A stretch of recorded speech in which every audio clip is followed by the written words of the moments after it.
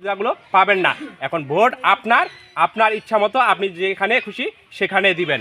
আপনাদেরকে বলতেছি যে এবারে ভোট হবে আপনাদের ত্রয়োদশ জাতীয় সংসদ জাতীয় হ্যাঁ অথবা না। আপনার যে হ্যাঁ দিলে এই সমস্ত আপনার সংবিধান এই সংস্কার কাজ দিবেন, না চাইলে দিবেন না। এটা আপনাদের ব্যক্তিগত অভিমত। এই ছিল আমার সংক্ষিপ্ত কথা, যে আপনারা মুক্ত আলোচনা করবেন। আর মুক্ত আলোচনা শেষে আপনাদের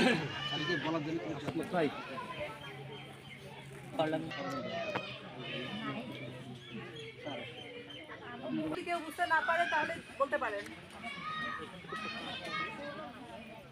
আর যদি আমাদের জমি জমা সংক্রান্ত কোনো রাখতে পারে, আমি সরকারি কমিশনার ভূমি। রাষ্ট্রপতির ক্ষমতার ভারসাম্য বাংলাদেশে ছিল না, প্রধানমন্ত্রী বেশি ক্ষমতাবান ছিল বাংলাদেশে। এখন ভারসাম্যটা আপনারা চান কিনা? আবার এখানে আছে যে কেউ টানা 2 বছরের বেশি প্রধানমন্ত্রী হতে পারবে না, এটাও আপনারা চান কিনা? এগুলো নিয়ে আপনারা চিন্তা ভাবনা করবেন।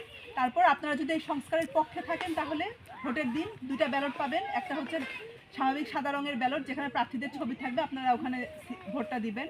আর একটা থাকবে গোলাপি রঙের ব্যালট, সেখানে আপনাদের সরকারি প্রিসাইডিং অফিসার বলে দিবে কিভাবে ভোটটা দিতে হবে। আপনারা যদি সংস্কারের পক্ষে থাকেন তাহলে হ্যাঁ দিবেন, যদি মনে করেন যে এই সংস্কারগুলোর প্রয়োজন নেই তাহলে আপনারা না দিবেন।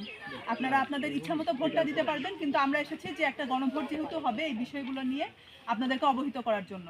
আপনাদের লিফলেট দেওয়া হয়েছে, আপনারা লিফলেটটা বাসায় যেয়ে পড়বেন, পরিবারের অন্য সকলের সাথে এটা নিয়ে আলোচনা করবেন, প্রতিবেশী আত্মীয় স্বজন যারা আছে তাদের সাথে আলোচনা করবেন।